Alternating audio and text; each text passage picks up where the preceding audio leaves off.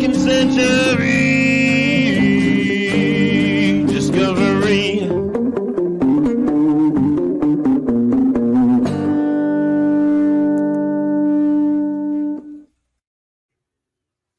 Hello and good evening for this Thursday, April 11th, 2024. Star Trek Discovery Season 5, Episode 3, Jinaal is over. But we're just getting started here on Live Long and Podcast, a live stream here on Facebook and YouTube, not on Twitch, because locutors of Trek are broadcasting to Twitch right now, and they are using of our feed. So we are only on these two platforms. But I'm Dave Mader here with Star Trek TV and movie reviews here in the Command Division. We got a great panel here to break it all down. First, on the right-hand side of the screen, we got Chris Worldmind Murphy with us here tonight. How are you doing? Hey, how's it going? Glad to have you back. Down in the bottom center here, we have the inimitable Michael Chan. Hello, how are you guys doing? Good. Happy Thursday. Happy Disco Day to you. Yes, happy Disco Day.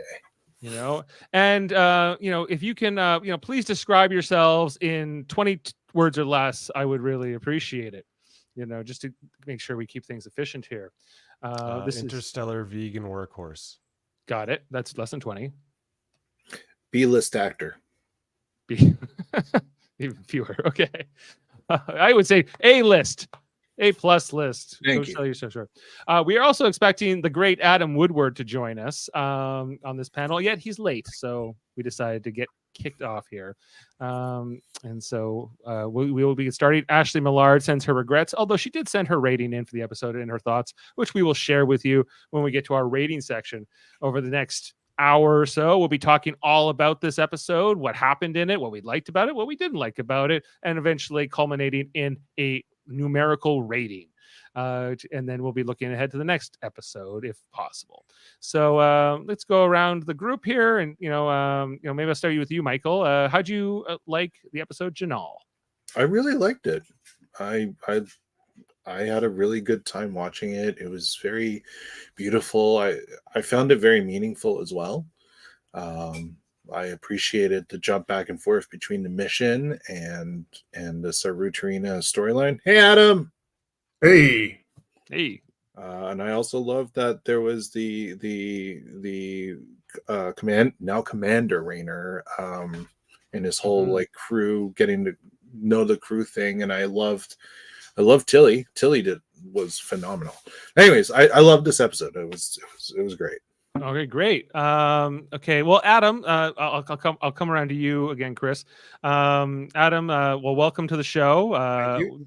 First time we're catching up with you on Discovery officially. You did pop your head in last week when we were doing the 2 episodes. But I hadn't watched the episodes, so right. So here you are. We're catching up after 3 full episodes of this season. We are 30% done this season, as there's only 10 episodes. So it feels weird. These 10 episode seasons feel very weird to me. Yeah. So, but in essence, the first act is over of the season, and So how are you been enjoying it, and or not? And let's hear your initial thoughts. If I could put this on a graph, it would be like definitely a rise up and then coming down a little bit as we hit into episode 3. I loved episode 1. It got me interested. Episode 2 was fantastic. Oh my goodness. I was engaged, couldn't wait.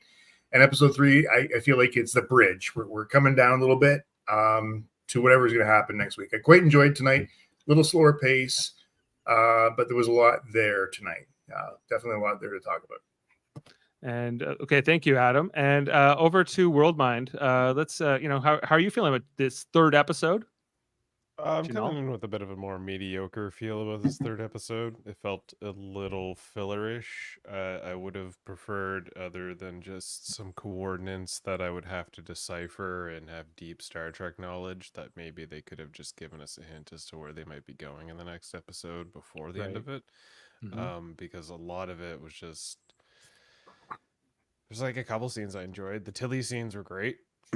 I enjoyed my 2 little Stegosauruses and Saru and I forget her name. Tarina, yes. I always have trouble remembering Vulcan names. Yeah, it was just kind of like mediocre feeling when I'm watching it. So yeah, that's kind of my first initial thoughts. Okay, we got a mixed reaction here, which I think is always interesting. And just we'll jump through the plot of the episode. I'm mostly feeling mixed on this episode. There's some things I really enjoyed about it, and I think we're great. There are some things I'm disappointed in, and there are things I'm just sort of like annoyed with. In terms of how they tell some stories on this show, or in terms of delivering us this theme. So I'll get into the specifics of all that. So I'd say like my highs on this and my things I really liked. I like that we went to Trill. It's a planet and a culture in Star Trek that I think can keep being expanded upon. There wasn't a ton of it in Deep Space Nine, which had a Trill character, 2 Trill characters actually. So I liked that.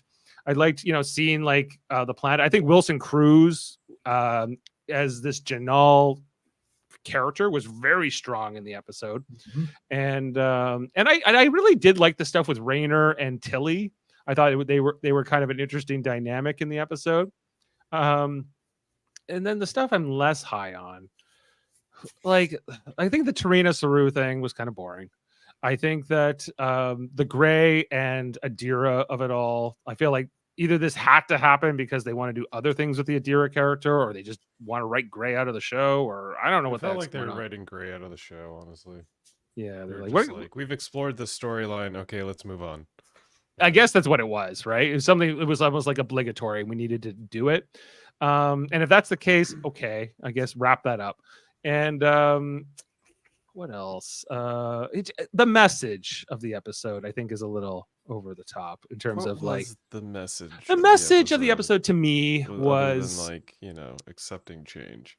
People have to, work together, and they need to understand each other, and all that's good. It's not that that's bad. It's just how it's sort of all the time in every conversation, every scene. Yeah, it's a little like could be a little bit more subtle, or just wait. I gotta say something here because I don't think Rayner is actually Commander Rayner now. Not Captain. He's anti that. He's a Jellicoe to me. But is he good? But this is episode 3. Wait till episode 10. Well, sure, he's going to come around. Of course he will. Of course, because he'll have disappointed Captain Burnham here with his little tactics of the 30-second spiel. I had a boss like that once. It was quite interesting.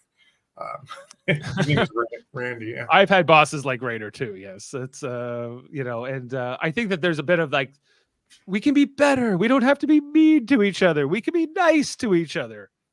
No, but I get it. Nothing that Tilly said was wrong. No, when you tend to care about your crew, they're going to feel more valued, and they live together, they work together. They face life and death together. I love that the two of them were diametrically opposite of each other in terms of how they view connection, and I appreciated that it took a full episode for us to have them at the end basically make a connection finally. Yeah, and I think that I just want a little bit more balance to it, because clearly, like in the episode, Tilly is considered to be completely in the right and he's completely in the wrong. And I do think that there is some merit to staying objective and professional, like he's trying to be in the episode. I don't think she's saying that part of him is wrong. She's saying that maybe he should explore the idea of being a little bit more emotionally connected instead of being distant. And I'm for that, but I think you could balance that on the other side where he's teaching her. It's not just all about feelings and emotions and whatever, eventually there's a mission to be done here. And there's sort of like, I think there could be and he was a captain. As a Starfleet officer, she already knows that. Well, then I guess, but like you can have this give and take between the two characters instead of, I guess, painting one as just being in the right and one completely being in the wrong. There's a good chance they're probably going to set something like that up in later episodes. I hope so. I'm just reacting to this one. Yeah, I actually think he's not as wrong as I think they're showing that he has a good set of commanding values here. He's not wrong, but where he is failing, and where what Tilly is able to teach him is the human connection. Yes, It's not about I right think and he's wrong. It's about like, that's what I was never annoyed with this episode. The message, the different aspects of what is happening around everyone, they chose to show us, all related to the episode's theme of connection. And for me, I like that. I didn't, for example, like Chris, you felt like there was a going down. Like, I agree that the pace slowed. But remember, like, what everyone always, one of the big things that people's either like or don't like about Discovery is that there's always this big, giant, overarching thing, and every episode is not self-contained, right? That's what, like, some people don't like that. Yeah, feels very it's worked against itself in that while still, I think it moved the greater story along perfectly, like enough for me, and was able to be an episode in and of itself about the connections that are happening. So you have the main mission, right? With the that I will explore with the symbols and the riddle and the clues and all that. But then you have all this other stuff going around, and it's all cohesive to me. I think this episode is a great mix of what Discovery normally is, right? Which is the Star Trek show that has the overarching storyline that's epic. And then you have the more traditional self-containedness of Star Trek episodes. That's why I like it. Hey, and you know what? The more I do these reviews and we talk about different Star Trek episodes and different series, the more I realize that Star Trek is many things to many different people. That there's so many different Star Trek franchise installments, and they all have their own kind of thing. And you know, my take on Discovery isn't necessarily what I think everyone should think. It's just how I feel about it, and what connects with me on it. I believe, you know, you know, even though I've kind of said it was a bit of a meh episode, there were things I enjoyed about it. But ultimately, I guess when we break down the episode, we can sort of discuss those bits in hand. There were things I liked, but there were things I wanted to see more of, and it's more or less the things I didn't quite get out of those scenes that left me kind of like, this you know what? Other things. Sorry, Chris. For me, is how big this crew is, and I thought tonight they did a very good job of touching on everybody quickly. And by the way, Michael, I was on IMDb looking at 280 cast members, and I always find it a treat when I don't expect to see you and I see you there. It's kind of fun. Yeah. And Dave, let's break it down because I think okay, let's get into it. Okay. Yeah. All right. So this episode, there was a little bit of a, like, I don't always touch on the previously on because of course we're going week to week here, but they kind of reminded us. I remember when Adira went to Trill, I think 2 seasons. No, it was last season. I think last season. Yeah. I'm trying to remember when that was, but anyway, we saw like the previous host of the Tall Symbiote, and there was kind of all of that. So we were reminded of all of when that happened. And Greg going off to Trill to become a Guardian. So we're kind of reminded about who Guardian Z is, and that they're trying to assemble the progenitor puzzle here, and they're looking for the next piece of the puzzle. And we're going to Trill. That was kind of just like the highlights of the previously on, and then we jump into the episode itself, which starts off at Federation headquarters. As zooming in on Discovery and into a corridor where we have Book. Okay, hang on. I just want to point out something. So when they're doing like the zooming into Discovery stuff, right?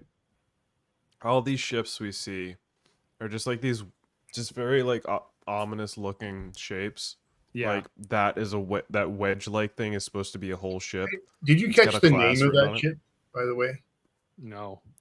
Oh, I didn't either. There was something printed on it. I didn't catch it either, but USS I don't know what it is about the design of these ships, but they just look so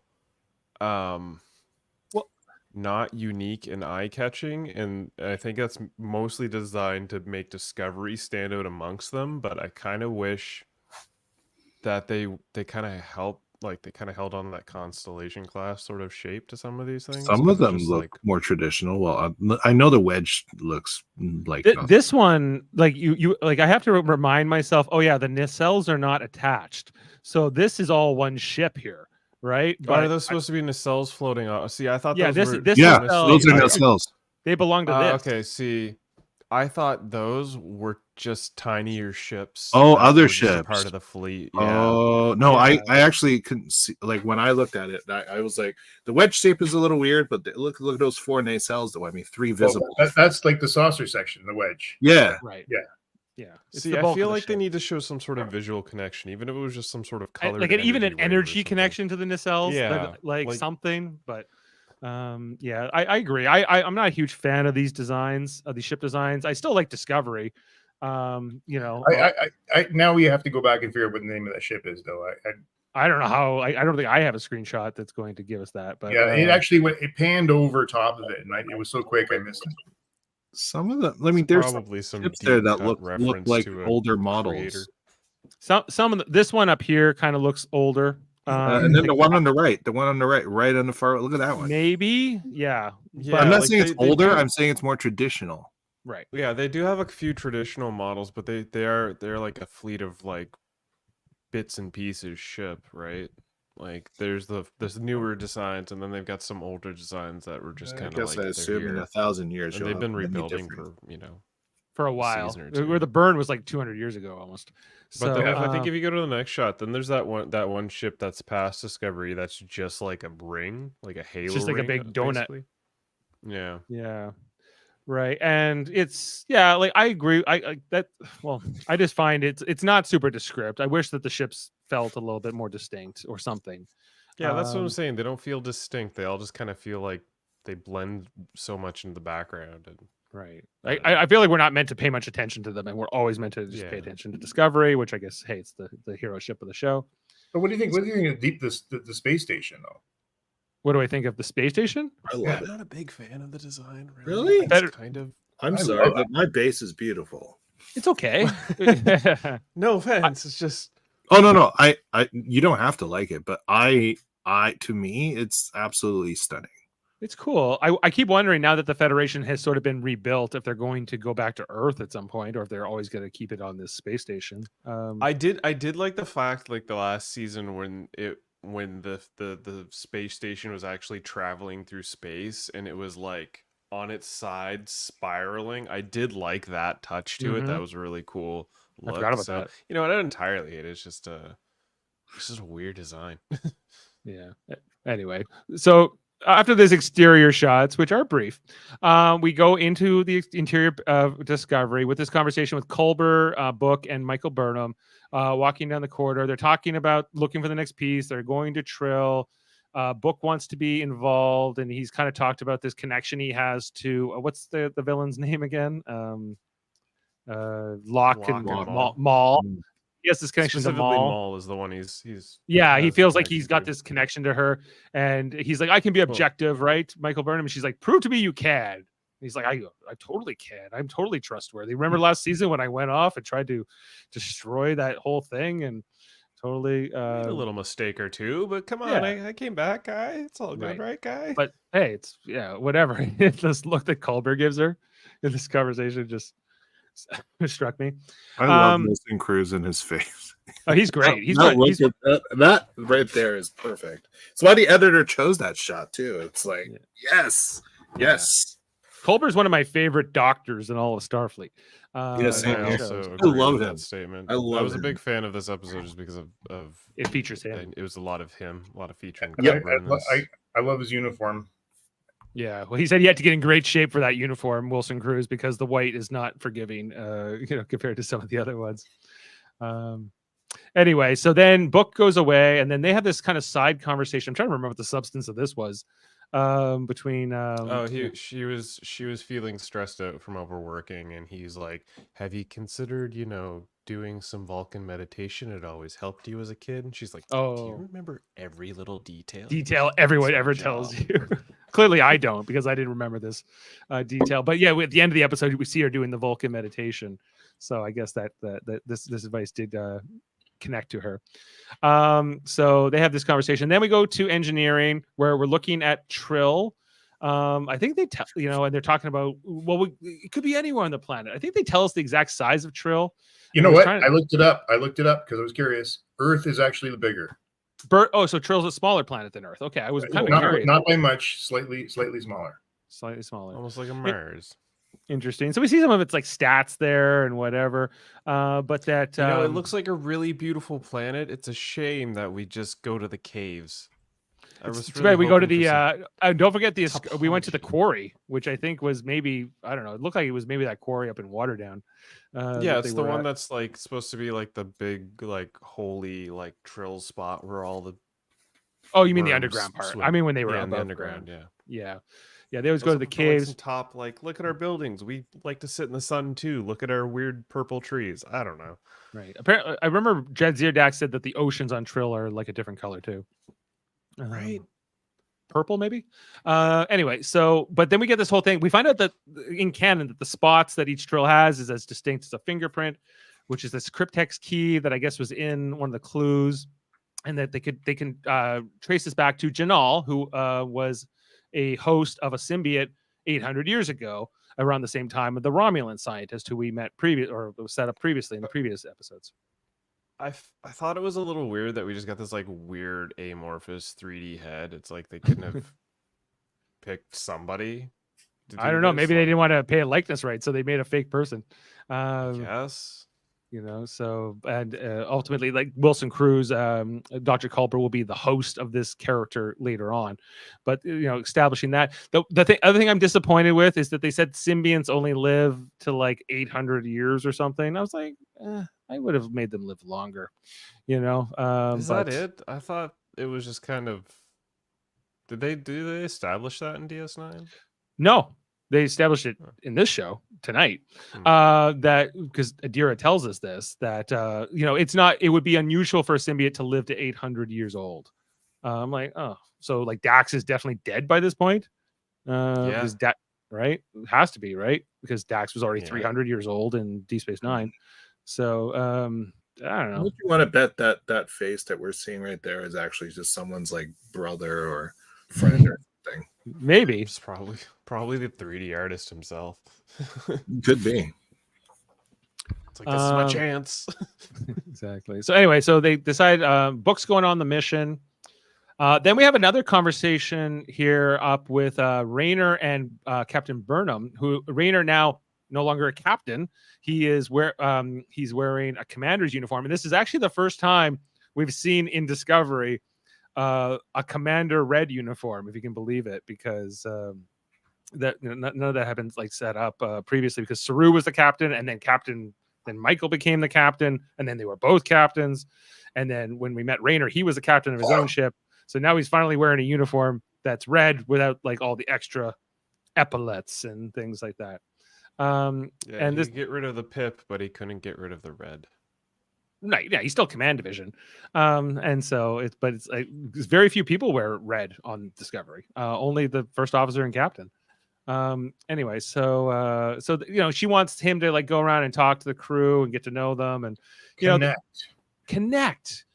They have obviously two different styles, and I'm hoping that these two styles are going to complement each other ultimately as this progresses. But this is the whole thing. So he doesn't want to do it. He just wants to focus on the mission, but she kind of forces his hand and says, go do it. Go talk to people and be nice. She introduces him on the bridge. I feel like some of these characters we met on the bridge are new. Is like this one we're seeing them. She's new, right? She's new. Yeah, both of the Helms people are new. Yeah, Washington and Detmer. I finally learned their names, and they're not here tonight. But there was this guy. He was a funny looking guy. So that head has been used in background in both season 3 and 4. Oh, okay. Yeah. I've actually seen that one up close. So it's an interesting design. I'll give it that. Yeah, it's really cool. What does it smell like? Latex. Latex, yeah, no, and it's heavy. the guy, whoever is wearing that, oh my god, they have to take it off between shots and also like unzip their jacket because it's so high. Right. Because we saw Linus was back here. He has even a few lines in the episode. He's always funny. I always like him. And Lieutenant this guy, Christopher. who's this guy? I forget his name. Lieutenant He's Christopher. Lieutenant Yeah. Christopher. Of He course. was he was the replacement for last season. That's right. Anyway, so Michael Burnham says, "Black alert! We're going to Trill," and that's what it comes next here. Discovery pops over to Trill and then starts making contact. But before that, we need to have this conversation between Adira and Tig Notaro, who's back. How many Raktaginos have you had? She asks Adira. How many Raktachinos have you had? How many Raktachinos? That's a different pronunciation there, Tig. And apparently only 3, according to Adira. So this comes up, I guess the whole point of this scene was that they're talking about Adira seeing Gray again, and there's anxiety. And then Adira beams out, and Tig starts talking to Stamets. Stamets, of course, is the surrogate father figure or co-father figure, along with Culber, of Adira. And so basically, Tig is trying to make Stamets sort of aware of this. But he's kind of oblivious because he's kind of focused on looking at the Romulan tricorder data or whatever. Hey, Stamets, he's high on mushrooms all the time. Right. Exactly. They're magical mushrooms.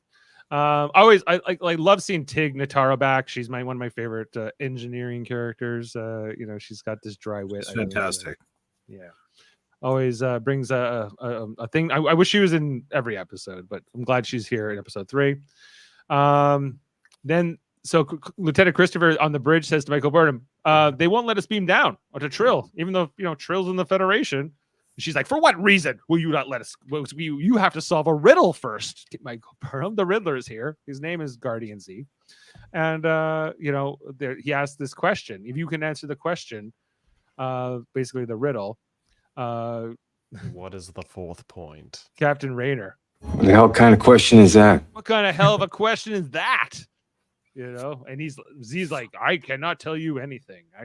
There's nothing I can give you, whatever. But they eventually figure out that the answer is Beta Z or is it Beta Z? I don't know. And then that's apparently the correct answer. It's been protected by sentries, and it all comes down to the Jinaal. I guess what was the symbiote's name? I don't even know Jinaal was the host, but anyway, and so that's kind of like the teaser for the episode. Now you must come down and learn the secrets. I also want to mention that Tig Notaro made it into the credits for this episode, which I liked. Anyway, there's 17 producer titles in this thing. I can't. Yeah, it's crazy. Like anybody who was like even involved, people who haven't been involved in the show since season 1 are still credited as executive producers. I guess by contractually they have to be. So it's 17. It takes like a while. Yeah. Too many cooks. Too many cooks. It doesn't mean that all of them actually are involved. Oh, I know. I know. I just think it's hilarious. It just goes on and on and on. No. Everyone they've ever fired, right, is still like listed because they might have created a character or something, right, along the way. So they still have to be on it. This episode written by Kyle Jarrow and Lauren Wilkinson. I don't know if I've seen them write any episodes before. Andy Armaganian was the director for this one. So we go down to the caves of Trill, and I like how there's this puddle, and then the Guardian touches it, and it all lights up, and then we see like kind of the bioluminescence of the Trill caves come in. Screen wall. They Shot beam in down. Brent. Yeah. They come in here, meet with Guardian Z. We got Adira, you got Book, Dr. Culber here. We see Gray making eyes at Adira, and then we meet the new host of the symbiote, this older woman. She's the current host of the symbiote that Jinaal once had, and we're finding out that the symbiote itself is coming towards the end of its life. Like it's only lived it's lived 800 years, and it's about to go out here. But you need to talk to the original host, who's been dead for a while. So, we know how to do this. This is Jintara, like they do on Deep Space Nine. We're gonna get somebody to be the vessel. It ends up being Dr. Culber, who volunteers. She also said something. She said that I've been waiting for you my whole life. Like that's her sole purpose. Most of her life, yeah. Like in terms of, I think speaking as the symbiote, though. Well, because they reveal that Jinaal was around during like the Dominion War. Dominion War. So like and Jinaal's the first host. Yeah. Right. So they've been waiting for somebody to figure out this. But they could have said like Goat's real symbiotes thing. live 2,000 years. I don't know. Like it didn't really.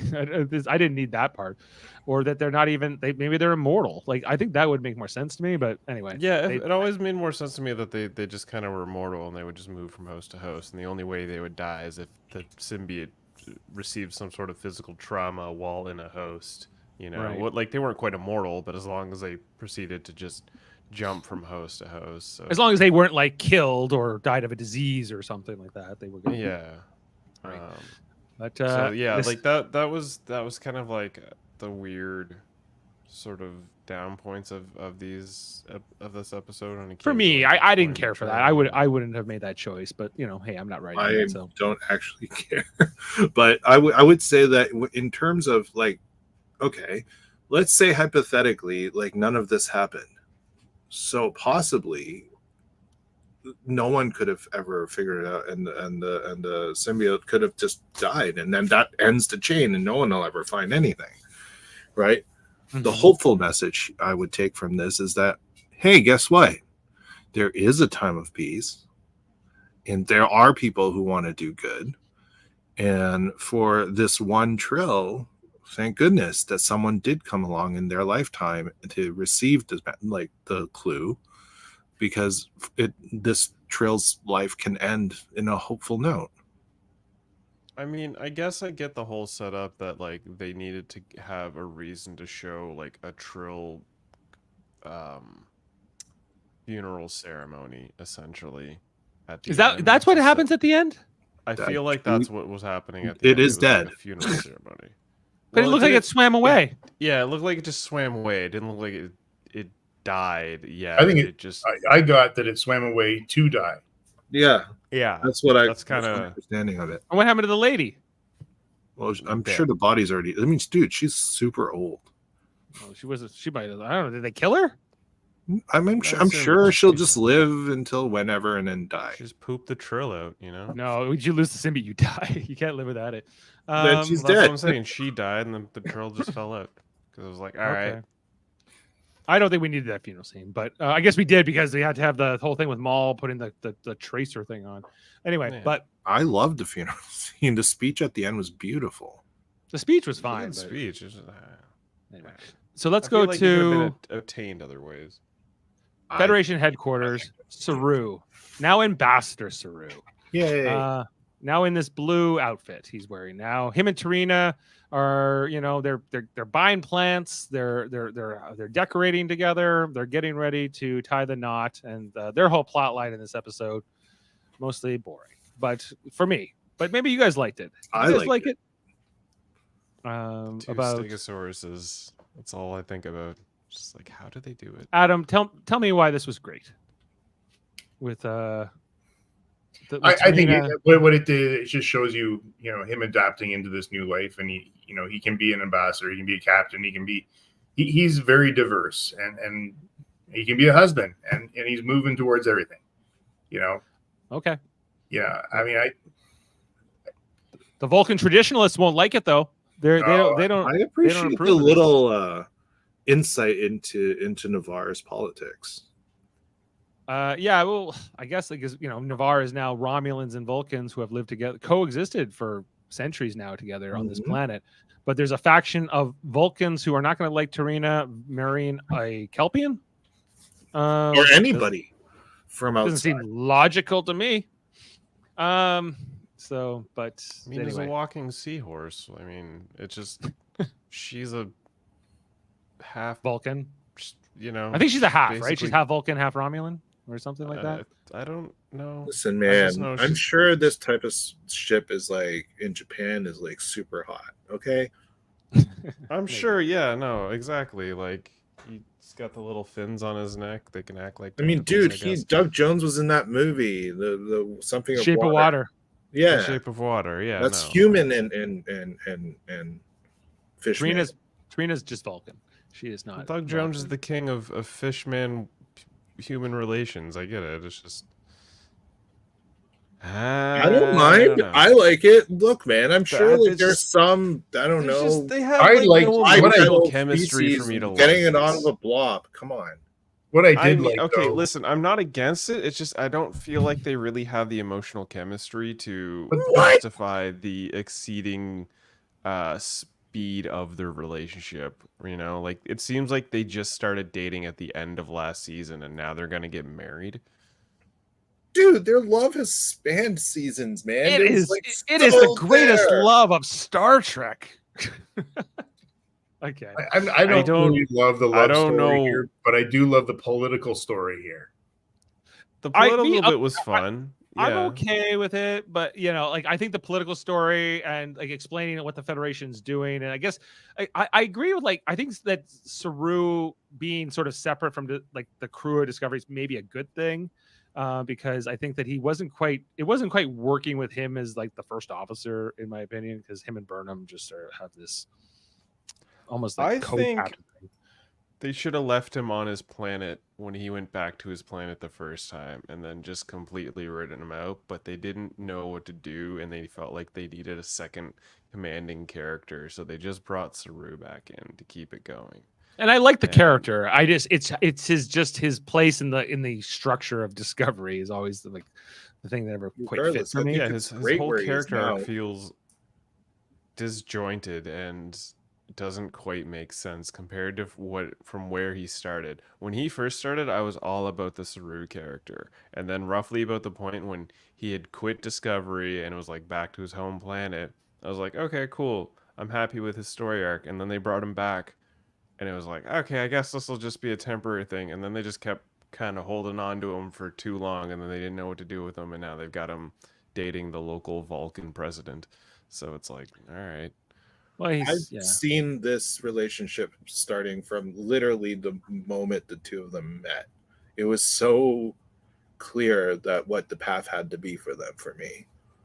And I've been like shipping them and hoping for the best. And each time they interacted, it was getting better and better. And then, dude, now they're getting married. This is the best, man, for me. They are not my least favorite couple on the show. I will say that. Also, I love that because this is the final season, and obviously we're getting Academy.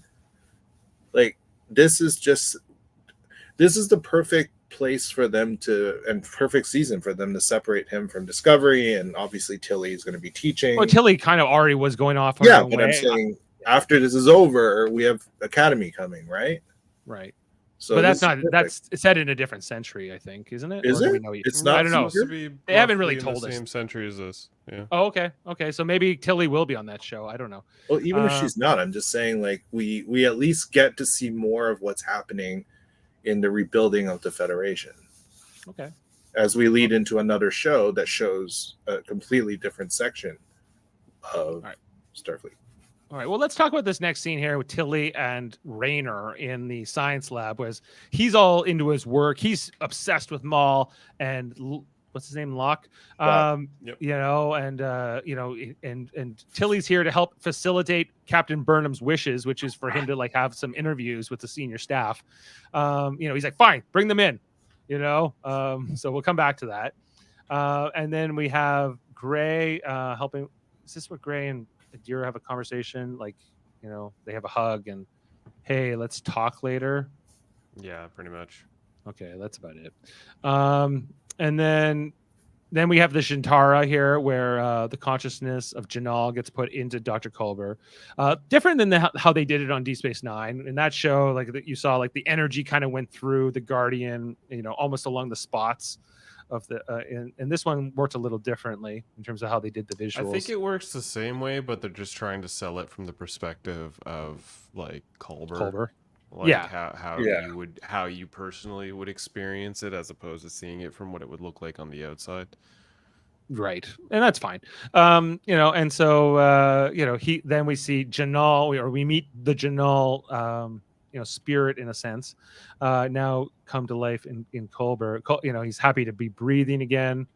Kind of goes around and says, "We have to go for a walk. We have to go find the thing." And Captain Burnham just wants them to tell him where the thing is. I thought that was great. A guy that's been gone for 800 years. Like, I want to experience life again.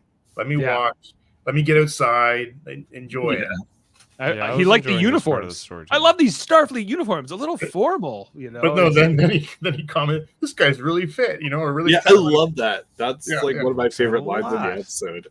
This guy's in great shape. He has to fit in that white uniform, so he has to look great. I mean, he looks great. In great shape. Yeah. Well, I'm not no denial. He's just but he made a point in his interviews to say he was stressed out about wearing this uniform, and he went on such a diet to make sure he fit into it. Anyway, so then back at Federation headquarters, we have basically a Federation, not a full council meeting, but a subcommittee of. This was great. Like, I love this. What do we know this species? What I don't recognize that stuff, but they gave me Tool vibes. Maybe, I don't recognize them, but anyway, and he's complaining. This guy was complaining about how we need a starbase in our system, and then Saru was like, "But we have to be equal, and we have to think about all the members and whatever, and we all have to work together." And of course we do. Anyway, that was Cobra Commander there. Cobra Commander. And Saru seems to have a good first day here as ambassador. He seems to broker a peace amongst these interesting looking aliens. And they're all happy by the end, except I think a few vote against it. They also mentioned... Okay, so the new species there wanted a space station, but they couldn't have the time or resources because they're doing something else. And he was like, how about we give you more patrols until you get your space station? They're like, okay. Seems reasonable. Everybody agreed. We see here that two Tarina people votes voted against it. Yeah. 2 people vote against it, but Tarina votes for it, and her aide guy does not like it. He sees this. He's not happy with this relationship and what it's doing to her political career. We'll see if that becomes a thing in the rest of the season, because he pulls Saru away after the meeting, and they just beam up to the upper level. Right? It was why he used the stairs. Which, okay.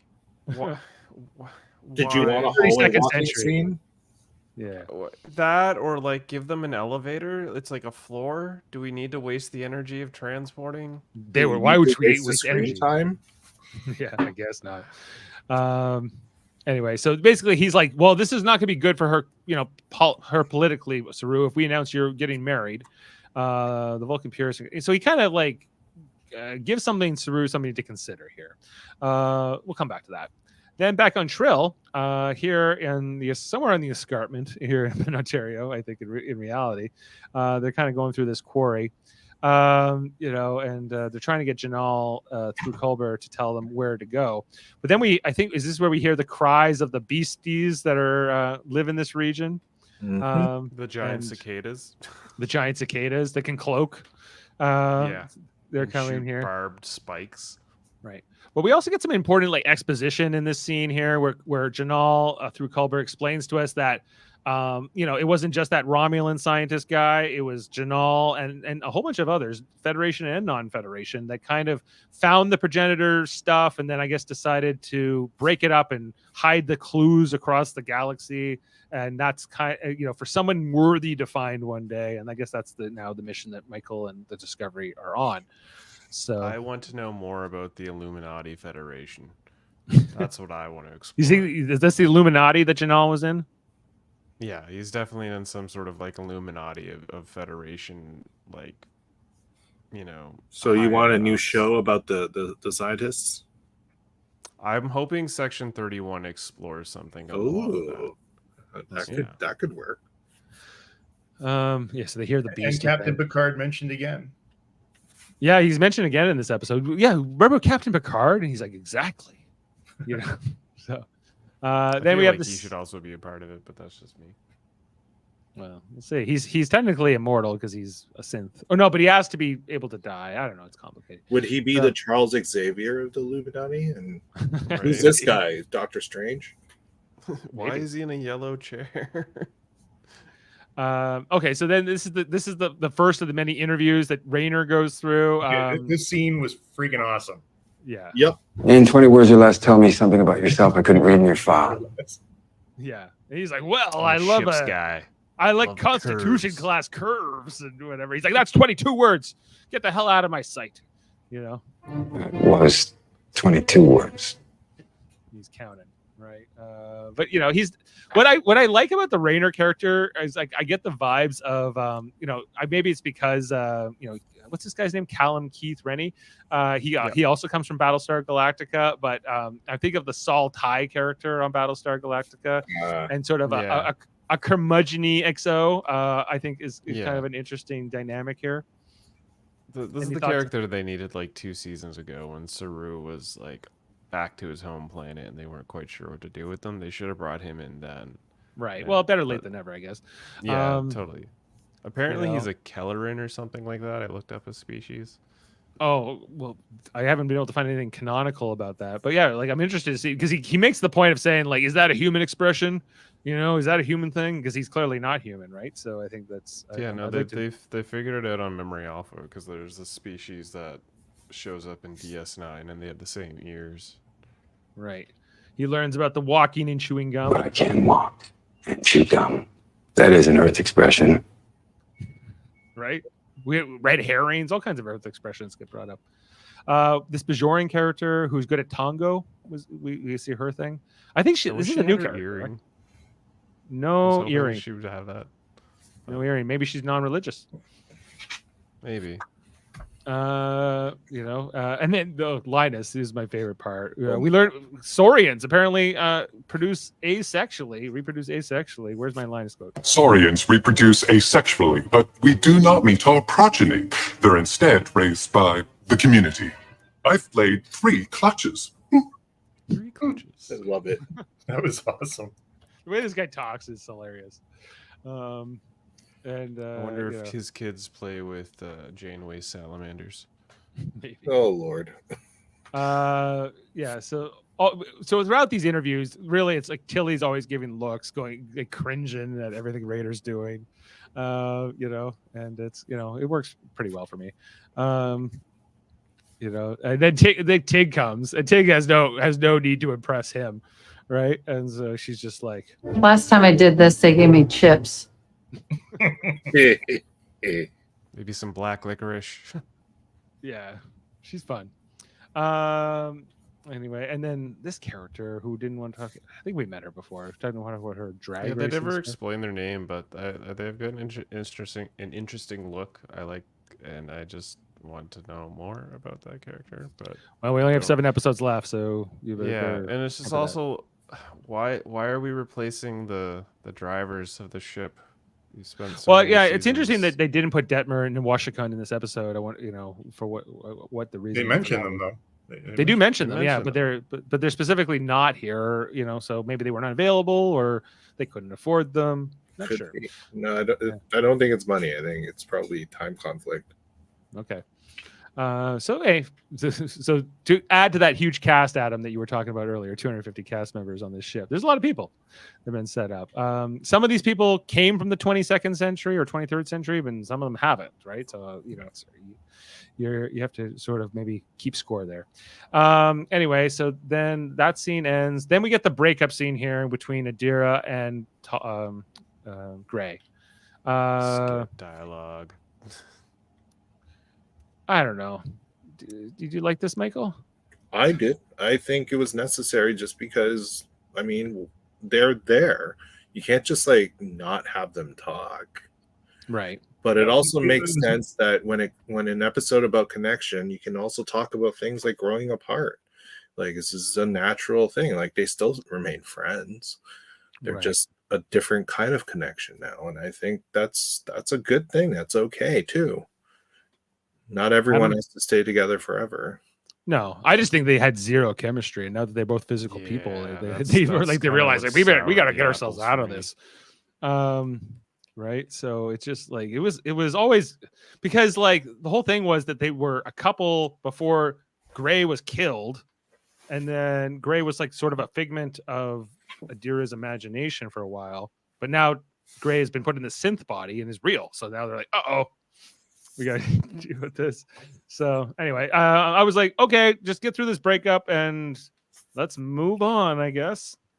And Yeah, also, Ian Alexander has a lot of work too. So like, it makes sense. If you want to talk about production side, then Ian wouldn't be here every episode anyways. Mhm. And he's a very busy actor. He's in a lot of stuff. So like, I think it makes sense. But also, character in world, it makes sense that considering their paths, they're very different paths. So to remain friends and not as a couple. Oh yeah, no, I'm good with it. Break up. Let's move on. I'm just also saying like, this to be is fair, where I'm not good. I'm okay. Like this is where it should happen. Yeah, Yeah, I guess. I'm glad it happened. I just, I was like, it could have. I'm just glad it happened, and Maybe I'm a sap. Okay, I love this stuff. You can be a sap. That's I like fair. stuff. I like when stuff's nice too, sappy too sometimes. But I do too. But I never felt there was a real connection between these two. Like I just never. You mean the actors have no chemistry? Correct. Yeah, right. And I just think I think the writers are like, no, let's just get ourselves out of this, and I think that's the right call. Yeah, so, like I really like the character Adira. I really do like the character Adira. I think, and I like the relationship with the dads, and I like. Yeah, me too. Yeah. Like, so we don't need Gray. We don't need Gray. No, we don't need him. So that's we wish you well. It's like I'm happy to see the Gray storyline end, and we don't need to go back to it because the chemistry wasn't there, and they weren't quite it. And it's got a happy ending. Yeah, they definitely the actors weren't. Their chemistry wasn't as strong. Yeah, like, and I think that Adira's got a new path, like they both do. So that's so back to the planet, where this is more exposition from Culber here as the Jinaal character. This is where they see that this raptor thing has been killed by the monsters. This thing looks like it's been like picked clean. Bug coyote. Yeah, like it was like a big bird or something. It's interesting seeing this trill wildlife. That's what I've always liked about Discovery is they've always shown fauna like this, just like weird creatures on different planets. It's not always just some humanoid alien every episode. It's like a dog in a suit. Yeah, exactly. Here's a whole like creature that can't be described with general anatomy, Yeah, but we're going to find out basically by the end of this episode that this is all kind of a test that Jinaal is making Burnham and Book go through here in this 32nd century. Did you know Jinaal said he was the one who says better get your phasers out? He's the one who said it. No, he wants them to because he wants to see wants that conflict with the aliens, right? The monsters or whatever you want to call them, but that once you get there, are you going to just attack it or go? But I feel like this, like Starfleet officers in the 24th century could have done the exact same thing that Michael and Book ended up doing here, or even 23rd century, or even Archer is not going to do this kind of same thing. See some eggs, kind of put it together. Archer would be in there with Malcolm killing everything. Well, maybe, yeah. Okay, but Picard? No. Kirk would probably throw the eggs. He cook them for breakfast. Yeah. He might make it with some dill. With some dill. That's right. Yeah. Dill. For Antonia. Yeah, from Antonia. Exactly. So they see like the clue there. They're like, my favorite is how Michael Burnham's like, is that it? Yep, it is. Like, I was like, I think we could visually do that, but that's okay. You wanted to confirm it. So the big cicada shows up that can cloak itself. And shoot out this, I don't know, these barbs with like this almost lava-like stuff coming out of it. I think that's cool. Yeah, it was great. Yeah, it was like magma. Yeah, I feel like this was shot during the day and then like a dark nighttime this filter is the was put biggest on. thing that did bug me of this scene is like we go from them in clear mid-noon afternoon and then boom, it's like night dark in like the next scene. It's like day dark. Eclipse. It's like the Yeah, eclipse they the other went day. to their eclipse for this moment. It was weird. I didn't like it. I feel like there wasn't really, other than they just wanted to make it darker so it was easier to do the special effects. But didn't you Like they could I have just done this in assumed they were daylight. walking It for a long feels time, like they man. filmed it in daylight. Okay, know? so the chances of them filming it in daylight very, very high. So this was artificially done. But I think the it was supposed to show passage of time. So this was like a different place, and it was difficult to get to. Yeah, no, like I guess it just doesn't feel quite dark enough to be night either. I don't think you it's know? night. I think it's like early evening. Dusk. There you go. Right. Okay. Yeah. Anyway, so there could have been more orange lighting in the sky to sort of present the idea of dusk. It was just so blue that it was. Well, what felt would like Trill they be went like? from- Where's their sun? well, we don't. Yeah, true. We don't have a lot established about Trill. Okay, that's fair. I was fine with it, guys. It just meant they walked a long time. Yeah, they do this in like movies all the time. Yeah, I know. Anyway, so the book tries to cause a distraction, firing his gun up in the air while Michael Burnham tries to get into like the clue.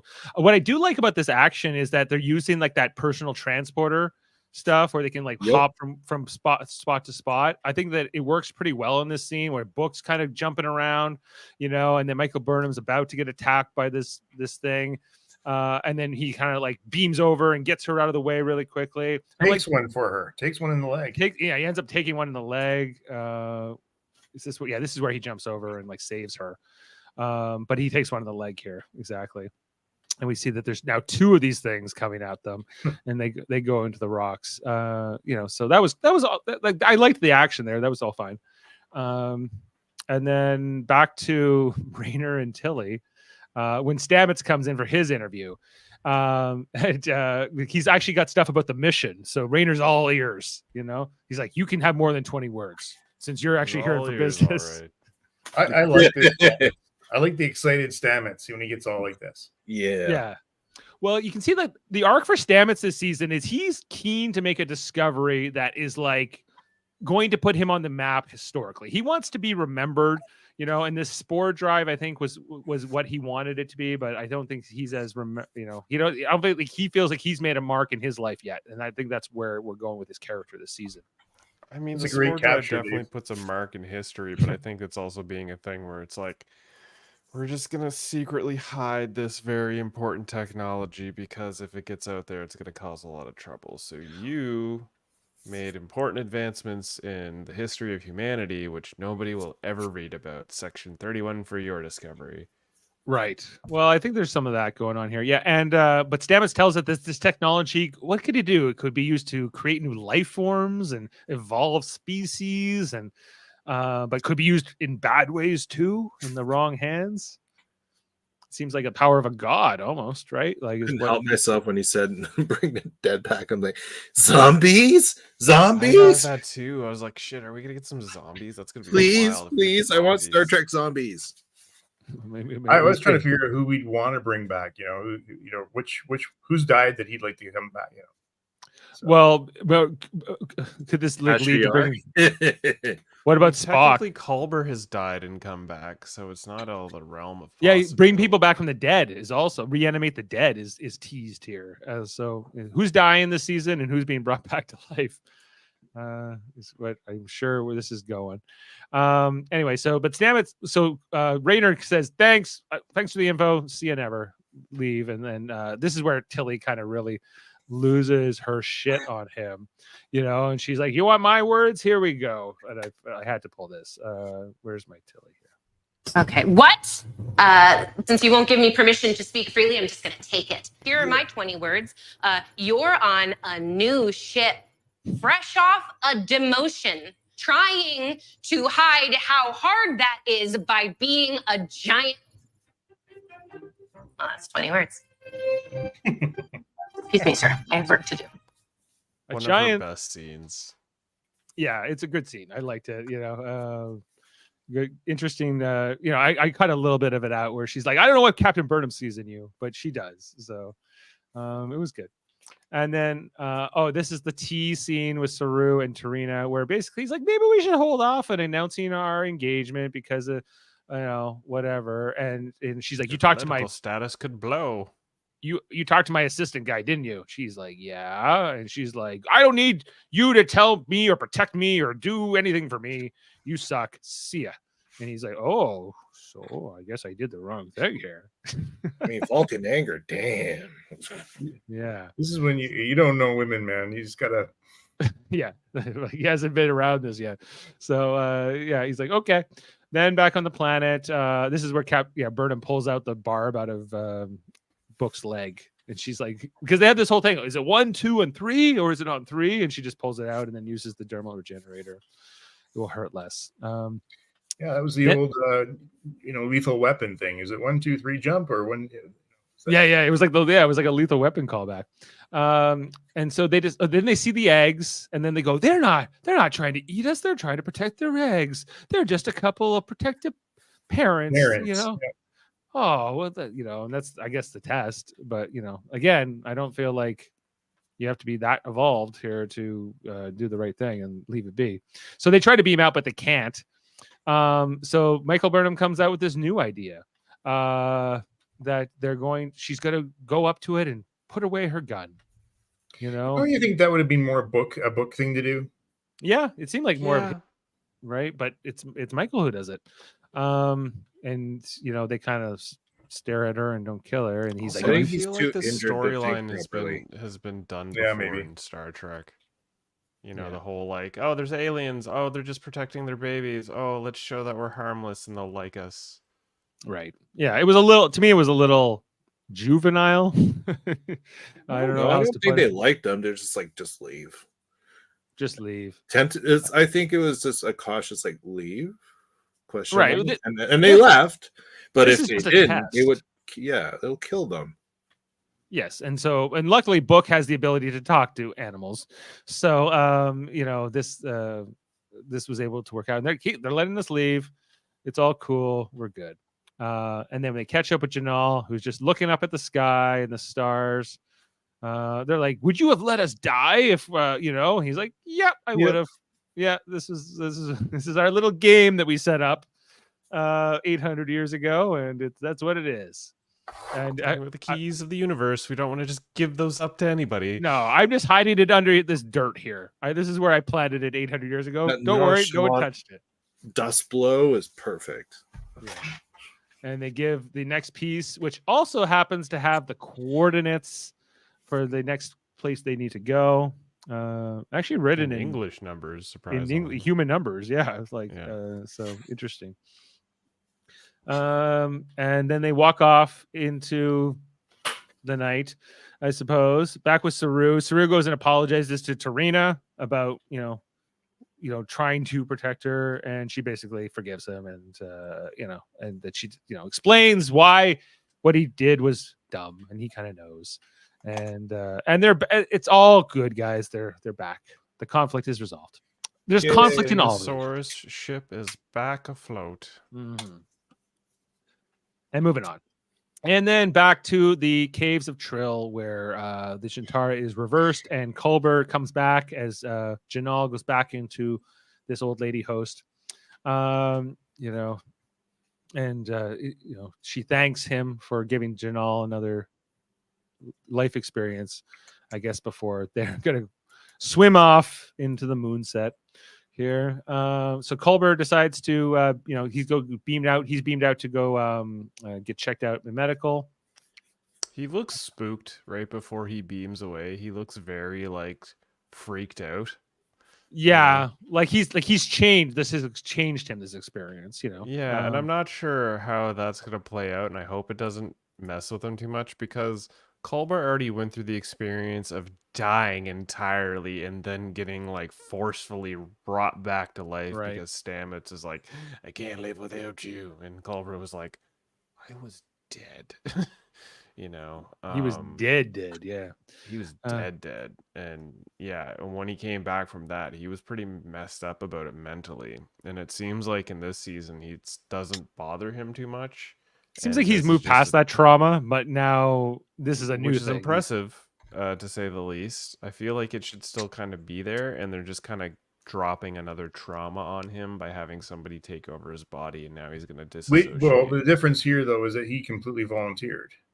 He did volunteer, but I'm just concerned that, like, through the process of it, it's going to cause some sort of disassociation in his personality, and it's going to cause him trauma. I'm hoping not, you know. Emotionally overwhelming is what he does. Emotionally overwhelming is what I do best. So just remember. I just Then don't want to book see Culver tortured. book also beams out, and then there's is that the end of it? Okay, then we go up to the The Ferengi's ears are normal. Are they? Are they? I didn't get a good look. I thought they were like the little pointy ones. No, think they they are. weren't. I actually rewound it multiple times to have a look at his ears, and they are normal. But we see, guys, Sluggo Cola is here. You know? Yes, I noticed that too. I was like, yeah. Sluggo Cola? Yeah, you don't know about Sluggo Cola? It's the slimiest cola in all of the Ferenginar or whatever. I think Rom is. I'm trying to see if I have Oh, okay. Sorry, my brain was thinking Futurama, and I was like, oh. I know I have that somewhere, but oh, I know you do too. You have it all. I got it all. But anyway, I never can find it on short notice. That's always the issue. It's a fun little bar. Because if I go, here, I got to find it, and then you guys will just like go quiet as you watch me go find it. Yeah, he has a little bit of that pointy stuff. I'm okay with this Ferengi makeup update. It's fine. But yeah, like we see he's I guess the bartender, but he's also in Starfleet. So anyway, Yeah. Go with that. Anyway, this scene with Tilly and Rayner. Rayner tries to, I don't know, be nice to her and try to make things better, but she's not having it. And he's like, I'd pay him attention. I know that this guy is not just into shapely ships. He could be one of the best leaders in the world, and this person is super awesome at their job too. I forget exactly what he said, but he was basically fluffing up all of the crew. And she's like, I see through your bullshit, sir. yes, They're not just profiles. You gotta emotionally connect. We want to see your heart. Yep. I found it, guys. Drink Sluggo Cola, the slimiest cola in the galaxy. Drink Sluggo Cola, the slimiest cola in the galaxy. Yeah, that's how it goes. So I It's guess just Tilly like likes pop Sluggo. mixed with spit. It's like Mountain Dew with slugs in it. Anyway, so she goes off and has, I don't know. I guess leaving Rayner with something to think about is kind of how this conversation ends between them. And then we have Culber. He's very introspective here by the fireplace, drinking a whiskey. And they have, he talks about his grandmother, being a doctor and being religious, and Yeah, and she says basically is like, you don't need to know all the things, or you don't need to have answers for everything. And But he like, that does. doesn't sit well with me. he likes Yeah, having the he- answer. Yeah, and she agrees with him. Right. And then she's all like, but that's the excitement. If we find out the progenitor's secrets, maybe we'll find out answers for you and I. Right. Yeah. I don't know. Anyway, and then we get kind of a montage after that. I guess this is the funeral because This I is the guess funeral, yeah. I It's the guess that funeral. lady died and the symbiote Mhm. is about to die. But we don't really see that. There's we see there's kind of a voiceover here. I'm trying to remember who was narrating it, but It was Gray. It was great. Ray Book was looking at the shot of Maul there. We have Tarina and Saru doing more of their Yes, plant stuff. Speech about change and how About we need to change. accept change, Right. or we will never evolve. Dr. Culber looking out the window, seeing how he's been changed. And then and I guess Rayner having to change, needing to be changed by these people. Right. And looking around and seeing that there's maybe more. I don't know what his crew was like, Yeah, that's the only thing who said he reminds me of Colonel Ty, because I think we need that grumpy first officer. Well, everybody else is so positive and kumbaya. And Yeah, but remember what Colonel Ty said? I remember one of the episodes. If I'm not doing my job, if people don't like me, the XO isn't doing his job if they don't hate his guts. Yeah, Exactly. That's his line in the show. Yeah. And that never really wavers. Saul never turns into a nice guy. So, no, but it plays great. right. And everybody's nice on this crew. Maybe we need this crotchety You're kind of guy. so nice, So, anyway, anyway, they got the key here, and Stamets put the next piece into the puzzle. So I guess there's 2 more to come. At least 3 more. Something goes in the middle, right? Yeah, or it on the feels top. like there's a big centerpiece, and then there's an outer piece, and then there's another outer piece. Okay, so 3 more pieces to come. So that should be episodes 4, 5, and 6, giving us 7, 8, 9, and 10 for all the big. Well, and they're going to lose one of them to the other guys, and they're going to have to go get it. Because in this scene, somehow, even though Adira has been, looking at pictures of Mole for days or weeks now, doesn't recognize them shaking their hand. There's a hood. Putting a tracker on them. Yeah, I guess. But even if you were close enough to see, you would be able to recognize somebody under a hood. How about that? I can walk 10 feet away from somebody in Toronto and see their face, even though they've got a hood up. This is the same kind of TV movie thing as when they have a spy on a ceiling, on an 8-foot ceiling, and someone walks in a room, does a whole ton of stuff, and leaves the room. And I'm always the same questions. How did you not notice there's some dude or dudette on your freaking ceiling? This is the same.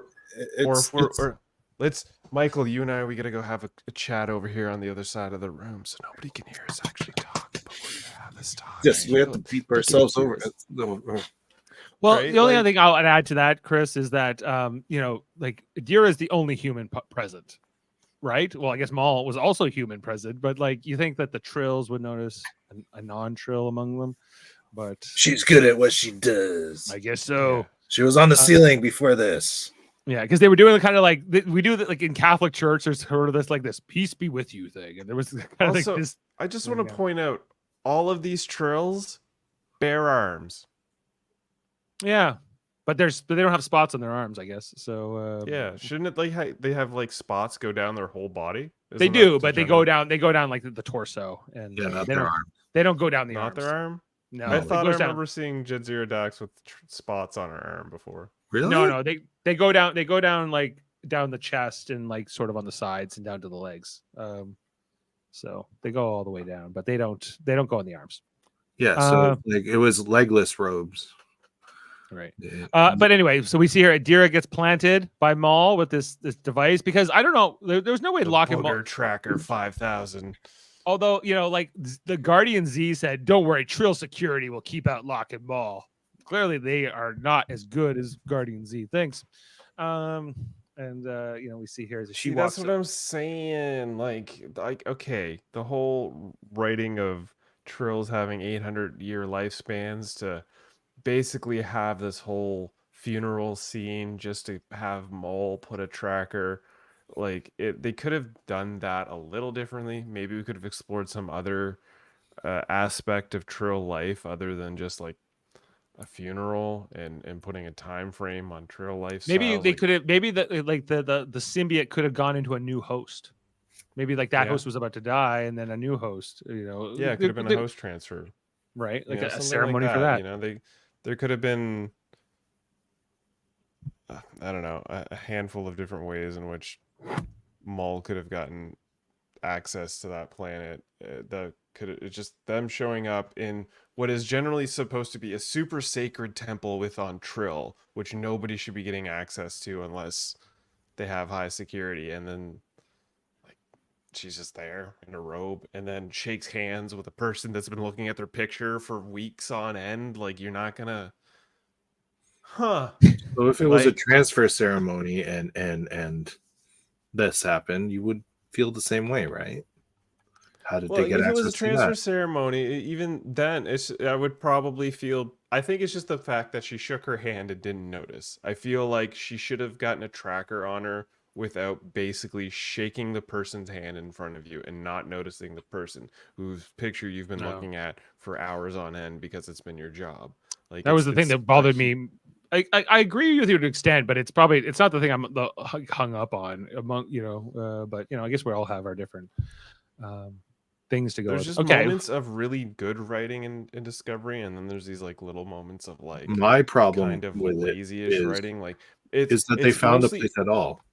go ahead. I Go don't ahead, know. It's just Michael. it's mostly it's like predominantly evident in like if you look at like they go from the Federation headquarters and then they blink over to the Trill planet, and then they just sort of blink into like position. Like there's no time of travel or whatever. They're just like But blinking that's the everywhere. black alert. We can be there in a second. Yeah, But even I kind of feel like the black alert was only meant to be on certain occasions, and now it's just like because even in season 1 they didn't use it every time. They would like warp and stuff to different places, and they would only use it because it was highly unstable. It would wipe Stamets out, and then it just became a trope where it's like, all right, let's switch to black alert and flip off into some portion of the universe. And it's so like they have gone around and around with how they want to use the spore drive because they know some fans don't like it, you know, but then they do like it. And then I don't know. So they're always, but now they've settled on in this season only Discovery is the spore drive, and it's the only ship that ever will, you know, and that's sure have the spore drive, but also don't use it for every time you're like you could have warped to Trill, and then while you're warping to Trill, you could have had the scenes of Time is of the essence, though. Yeah, we gotta. I mean, time. Yeah, okay, that's fair. Serena's Time is got to of the bring essence, Saru a but- plant. We got to get that in. So, Yeah, anyway, but okay. you also have to beat, the bad guys there. Mm-hmm. Right. Well, that's what Raiders like. We had to fight these bad guys because these bad guys are going to screw up the whole thing. And I'm like, I'm with The you, thing Raiders. is, without all the clues, how the hell are the bad guys following them? I mean, now they have a tracker, but Now they have a previously, tracker. But how did they Well, get to Trill? how did they find him in the first place? That's another big like Because they thought Trill- that they thought they had to go to Beta Z, right? So they clearly went to Beta Z, and it didn't work out for them. So how Yeah, did so they where- how where- did they where end did up they- on Trill, or did they that was my only question from this episode. Like, how did they find them on Trill when they did not get the clue? right. So maybe That was there's my Yeah, that's what only I'm saying. thing. I think the ending stinger of this episode shouldn't have been Mull putting a tracker on Adira at a random Trill funeral, which Mull should have had zero access to. It could have been something different. It could have been like Tilly looking up the coordinates and being like, "Oh man, we got to go to Planet X. This is insane." And then that would have been a really good stinger. And then in the beginning episode, Mull and Locke could have like had a more feasible way of like catching up to Discovery and putting a tracker on it.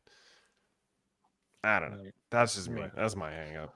I can't think of a solution. I just know that was my one thing about this episode was how the hell did they find them? Right. Well, guys, let's talk. I don't think there's any fun facts, like because I don't think there's. I any went kind of- looking there. I didn't see anything. All I knew about the size of Trill, size Okay, of well, Trill, and size of Earth. there you go. So let's talk ratings then and It's get a fun into fact. Size matters. Yeah, exactly. So Ashley's already given us an 8.9 rating going into this, guys. So that's where the bar is currently sitting. Adam, would you like? Okay, well, first off, maybe Adam, you want to give us your ratings for part 1 and part 2 of this series? I'm going to go 8, 9, 8. 8, 9, and 8 for tonight's episode. Okay. Yeah. Murphy, you're up. I'm giving this episode a 5. I was so lukewarm on this episode. Okay. Michael, 9. 9 for Michael. I'm like, I don't know. I'm trying to like figure out where I'm standing. I liked certain aspects of this episode, and I disliked other things. So I'm sort of mixed. I think I'm around a 7-ish probably, and I'll probably leave it there. And then IMDb, as it currently stands, only. Do you honestly think this episode is just as good as the last 2 episodes? I loved it. Yeah, it's about as good as the last 2 episodes. It has a 6 right now on IMDb. Of course, only with 100 ratings so far. The people who hate this show, man, they hate it. This rating made me. Everyone must be thrilled to hop on board the USS Therapy for yet another riveting and exhilarating episode. Move over, TNG, because this train wreck of a show has nothing to offer except pure monotony and tedium. You'll be on the edge of your seat out of sheer boredom. I don't know. It just keeps going on and on, but it's there's a lot of people who like went out of their way to give this a negative rating today. So take that 6 with a grain of salt. Highly doubt they even watched it. Probably not. I gotta say how much I like looking at this show. Like, oh yeah, visually it's it's so awesome. And Strange New Worlds. They're both produced pretty much by the same group and in the same place. And yeah, they're both great shows. Like I gotta say, it's funny that that they can be both produced by almost the same crews for the most part, but one show seems to have more heart to it than another one not so much. Different writers, right? So you're gonna get sort of a different result here. But they also sorry, have Michael. Different. Well, to respond to Murph, I don't think one has more heart than the other. I just think they serve different purposes. One show. I find I care way more about the characters in Strange New Worlds than I do in Discovery. Ultimately, like I've had moments of caring about certain characters in Discovery, but then their arcs kind of flounder and go nowhere, and then I'm just like, man, what? Okay, like Book is the one character in all of Discovery that I'm like really attached and connected to. And I will admit, earlier there's a scene where Burnham's like, go suit up, because she made it seem like they had to be Federation diplomats to continue this mission. And I thought Book was going to be put in a Federation suit for a hot second just to keep up appearance, and I was looking forward to that. And then that didn't happen. He just wore the same coat and went down. And as you said earlier, Adam, is like, wasn't it odd that Burnham was the one to be the first one to step out and like put her gun away and treat the animals like they didn't need to be harmed? Like that should have been a Book thing, because that's what he did many times over. Well, that's what he did the first time we ever met him. Yeah. Right. So it's just that's an example of like sort of floundering character arcs that make me like lose interest in the characters, and I find it's hard to sort of keep. I would argue the current book is not the same book as before, though, especially after what happened last season. Yeah, and and Burnham is not the same Burnham, and she's obviously been influenced by him too, right? So she definitely has been influenced by him. That is you're actually very correct that is a Book move. The Book is a lot of his soul, a lot of his heart has been damaged, and meanwhile Burnham has learned a lot. If anything, it shows where the two of them are right now as people in turn, and where their souls stand. Yeah, there was an episode. My seasons are blending together now, but when Book was on board Discovery and he had quarters either with Burnham or not, I can't remember which, but at that point I thought he might join the crew. They teased it too, like in some of the in dialogue, that he might become a part of Starfleet, and he was kind of thinking about it, but then ultimately they don't do that with the character. It was interesting in this episode how the Jinaal character said, calls him the associate, or whatever. He's like, "You're not Starfleet. What are you?" I'm involved. Right. So anyway, any final thoughts for this episode tonight? If not, I just wanted to kind of look up. I think we talked about the episode titles previously, but I can I just leave it here? We're 3 episodes in now. I'm liking where it's going. I have to say, I like the story. We need to see more of these bad guys, understand where they are and who they are and how bad they are. For sure. I hope next week we get to learn more about them. Yeah, well, next episode next episode is called Face the Strange. Ooh. I don't know. Maybe the Strange will be the antagonists in this, because right now Maul and Locke feel like fetch like gophers for some sort of ultimate evil, but even then it also, like, I was pondering that too. It's like they made it sort of seem clear like they were just scavenging a ship, and they happened across this puzzle box, and I'm not seeing a lot of reason as to why they need to keep chasing after like the book or the riddles or whatever. Like I'm not seeing why. Yeah, I'm not seeing what's the reason for going after the MacGuffin in this story. Well, why Locke and Maul want it? Yeah.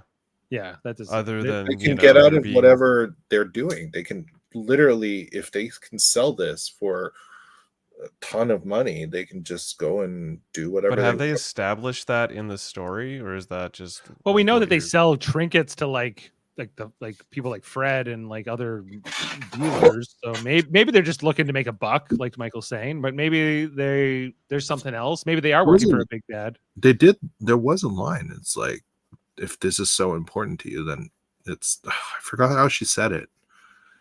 But basically, she recognizes the importance of this thing and realizes what it could be worth.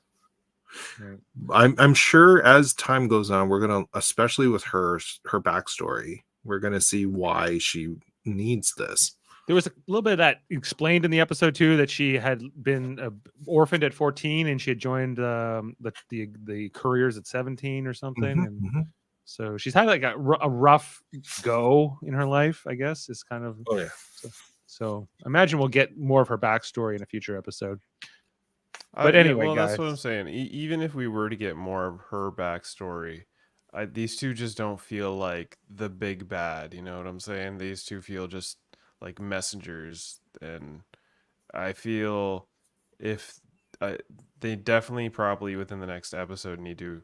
Because we only have 10 episodes, we only have so much screen time, and like I would prefer more screen time fit to the overarching storyline and less screen time to breakups and marriage proposals, you know. I gotta set up the end game, I guess, is what they're doing, but I hope so. It's just 7 more episodes, everybody. 7 more episodes, and then the show is complete. So, you know, well, and just like I said with Strange New Worlds, we don't have time like the 26 episode seasons for episodes that don't matter. Right. So, yeah. So I imagine we'll have more going on in the next one, but we'll see. So with that said, guys, I think we can sign off here for tonight. Of course, check out all the great podcasts we have on Live Long and Podcasts, including the Locutors of Trek, Davin and Dave Pugsley. They were on tonight with Jenny R. Johnson doing a discussion about the art of Star Trek. It's the 5th episode of their 2nd season. We just did like a uniform ranking convention last week where we ranked 81 different Star Trek uniforms, including this one. We did a Star Trek radio theater last Sunday. It was a conundrum. We had a lot of the people you see here were part of that. Go back and listen to it. It's a lot of fun. Really finish the story. Yeah, and I think that's in case I'm forgetting anything. Debate 9 is on coming up on our Star Trek debate show on April 19th. Watch out for that. And with all that, guys, check out the United Federation podcasts. Your way? I'm on that one. You're on that one. Excellent. Yeah, with Mark Cartier from the Shuttle Pod Show. Yeah. I'm yet to talk to him, so I'm looking forward to when we meet up. But check out the United Federation of Podcasts, all the affiliate podcasts of Live Long and Podcasts, ufpodcast.com, shows like Hold Up with Davin and Murphy, where they talk about 3 movies. Apparently, they're talking bicycle movies in the near future. Yeah, we're talking bikes. That's the theme. We were supposed to actually have the episode this past Monday, but schedules conflicted, and Davin forgot to watch movies. So hopefully, he'll remember to watch the 3 movies we have so we can have the episode on April 22nd, 21st, 22nd.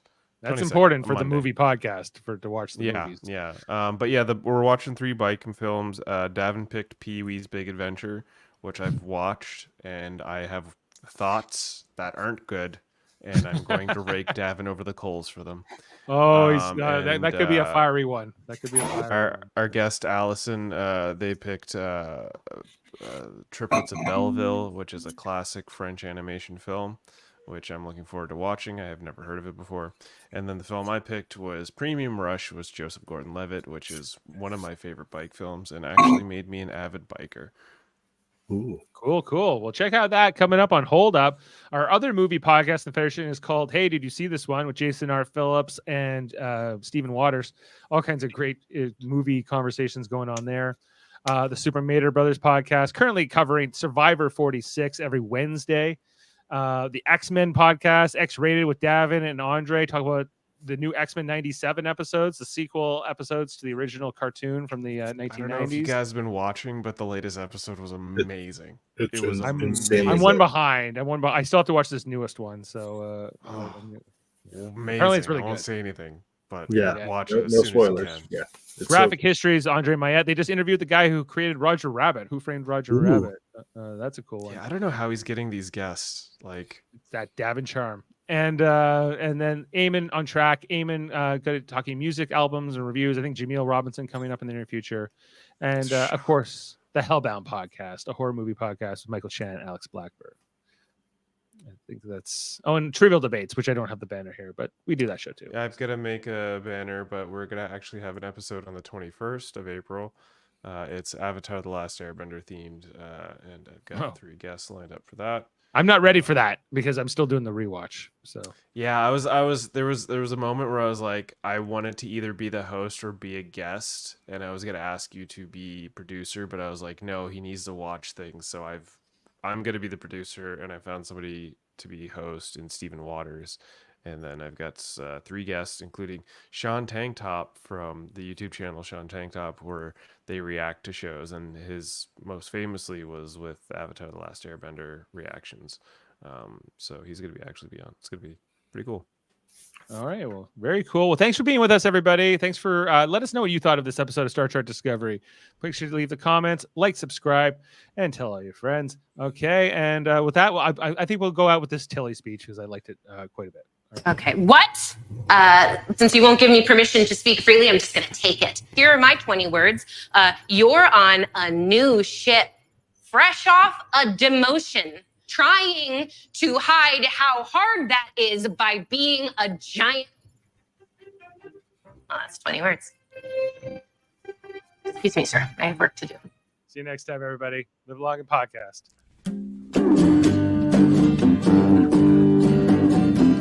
Disco Discovery. Season 5 review. Disco Discovery. Season 5 review.